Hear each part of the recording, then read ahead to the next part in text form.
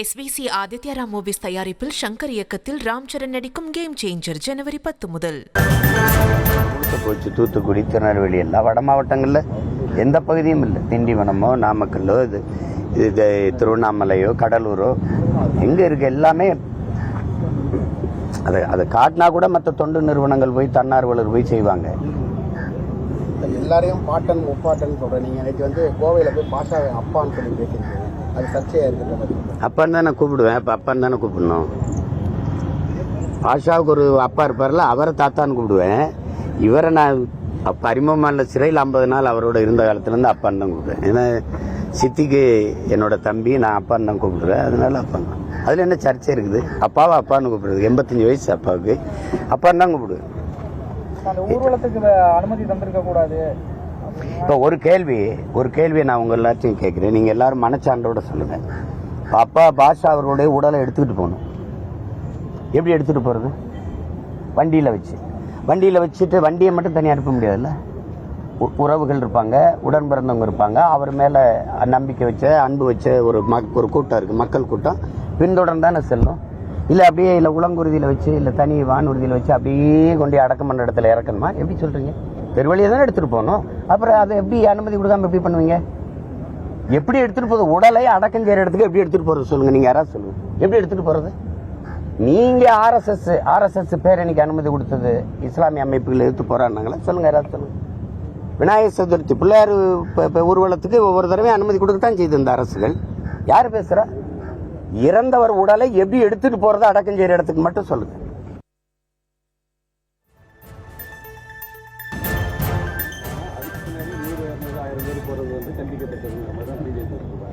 பிள்ளையார தனியாக கொண்டு போக வேண்டியதுன்னா பின்னாடி எதுக்கு அவ்வளோ பேர் போறீங்க? ஏன் போறீங்க?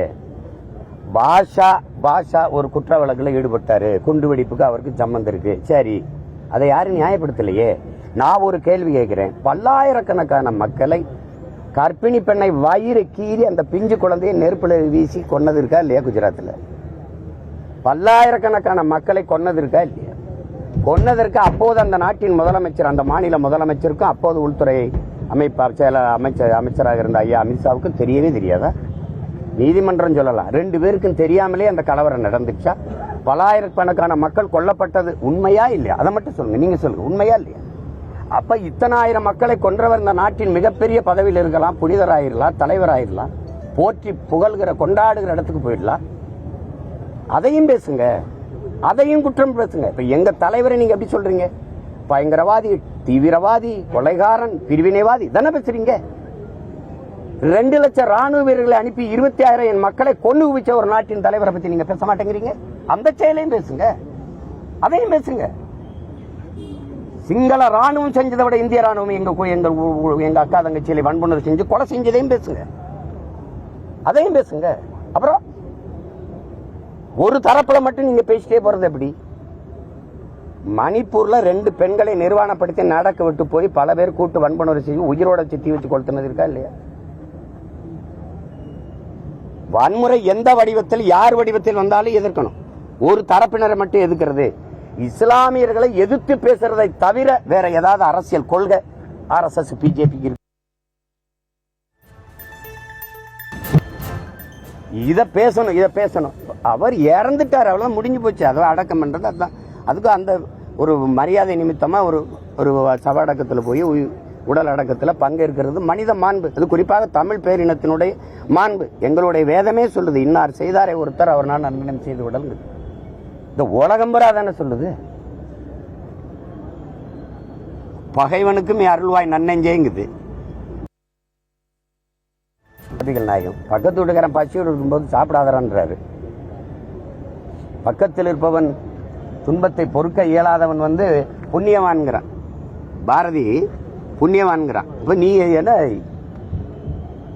எந்த கோட்பாடும் கிடையாது. மக்களை பற்றி சிந்திக்கிறதோ, மக்கள் நலன் சார்ந்த திட்டங்கள் சட்டங்களை கொண்டு வருது. எங்கேயாவது கோயில், அதுல பள்ளிவாசல் அதுக்கு போய் தேடுறது. இந்த மசூதி எப்ப கட்டப்பட்டது, இதுக்கு முன்னாடி அதுக்குள்ள கோயில் இருந்ததுன்னு சொல்லு. இதுவா பிரச்சனை? இப்ப வர போறீங்க நீங்க? சாமியை விட்டு பூமியை பேச என்னைக்கு வர போறீங்க? சாதி மதங்கடை கடந்து மானுடத்தை என்னைக்கு நேசிக்க போறீங்க, என்னைக்கு வர போறீங்க? அதை பத்தி பேசுறதே இல்லையே. மழை பாதிப்பு தமிழகத்தில் சென்னை அதை பேசுங்க. இப்போ இவ்வளவு நேரம் பேசுறது இதான் பாக்குறீங்கல்ல. இப்போ பாக்குறாங்க, நீங்களும் பாக்குறீங்க. ஆனா இப்போ விஜய் வந்து இங்க வரல, கல்யாணத்துக்கு ஹைதராபாத்ல நடந்த கல்யாணத்துக்கு இப்போ திருச்சி வர போறாரு. அதை நீங்க எப்படி பாக்குறீங்க? அதை விட்டுருங்க. இப்போ நான் வந்து தம்பி போகாததுல எனக்கு வருத்தம் இல்லை. நான் கூட சொன்னேன், அவர் என்ன பாதிக்கப்பட்ட மக்களை பார்க்க போனா அவரை பார்க்க ஒரு கூட்டம் கூடிச்சுன்னா அது கஷ்டமாயிடும். காவல்துறைக்கும் கட்டுப்படுத்த முடியாது. பாதிப்புக்கான மக்களை போய் பார்த்து ஆறுதல் சொன்னதா அந்த நிகழ்வு அமையாது. அதனால அதை நான் வருத்தப்படல. ஆனால் அது ஒரு சடங்குன்னு சொல்றாருல, அது தவறான வார்த்தை. அப்படி சொல்லக்கூடாது. நான்லாம் 1.5 மாதம் 2 மாதம் நின்று மக்களாக நாங்கள் வேலை செஞ்சிருக்கோம். அப்போ நீங்கள் வந்து தூத்துக்குடியில் வந்து ஏன் பார்த்தீங்க? நீங்கள் சாராயம் குடிச்சு செத்தவன் வீட்டுக்கு போய் ஏன் பார்த்தீங்க? அதெல்லாம் சடங்குன்னு சொல்கிறதா? இது ஒரு கடமை, ஒரு சமூக பொறுப்பு. அரசு அதிகாரத்தில் இருக்கிறவங்க அவங்க வந்து இப்போ ஒரு வயலில் நடக்கும்போது சாலையை போட்டு போகிறது, சிவப்பு கம்பலை விரித்து போகிறது, அதெல்லாம் விமர்சிக்கலாம். ஆனால் போய் பார்க்குறதே தவறுன்னு சொல்லக்கூடாது. பாதிக்கப்பட்ட மக்களை போய் பார்க்குறது வந்து ஒரு சடங்கு அப்படின்னு சொல்லக்கூடாது. அந்த வார்த்தை தப்பு. அது ஏன் பயன்படுத்தினாருன்னு எனக்கு தெரியல. அது அவர்கிட்ட தான் கேட்கணும். ஒரே நாடு ஒரே தேர்தலுங்கிறத முதல்ல கொண்டு வந்தது காங்கிரஸ்.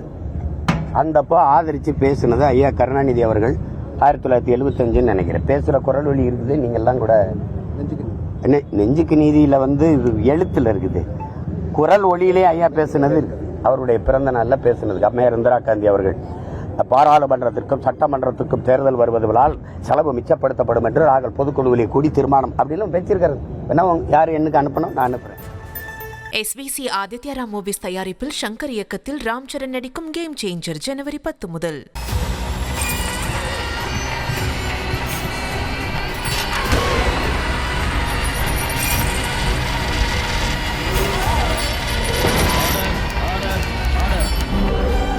நிகழ்தகவு குற்றங்களின் மறுபரிமாணம். நாள்தோறும் இரவு 10 மணிக்கு இணைந்திருங்கள் நமது நியூஸ் தமிழ் தொலைக்காட்சியோடு.